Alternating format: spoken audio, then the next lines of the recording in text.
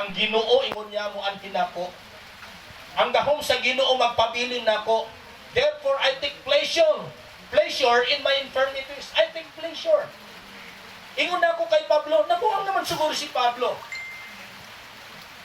Si Pablo siguro, dili na siya kwan, dili na tarong iyang pagpanulti. But I research this word, I take pleasure.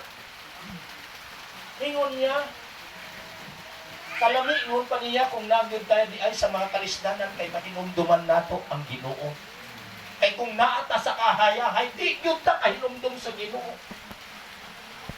Maayo man dahil kung masulayan ta, kay muhluhod pa ta, muhilak pa ta. Pero kung wala na'y kalisdanan, di ta kabalo nga na ang Ginoo. Sa panahon nga mahayahay ta, di ta kabalo nga natay Ginoo. But you have in that infirmities, kung naa sa kalisdanan, maunang mayingon nato nga, it's better for us nga natagtod to sa patay. Why? Kaya nga naman, sa panahon sa kasubo, madunggan man nato ang pulong sa Ginoo. Panahon sa mga kasadya sa kalibutan na ay pulong sa Ginoo. No, wala. Because many people, they want to go to outing, sometimes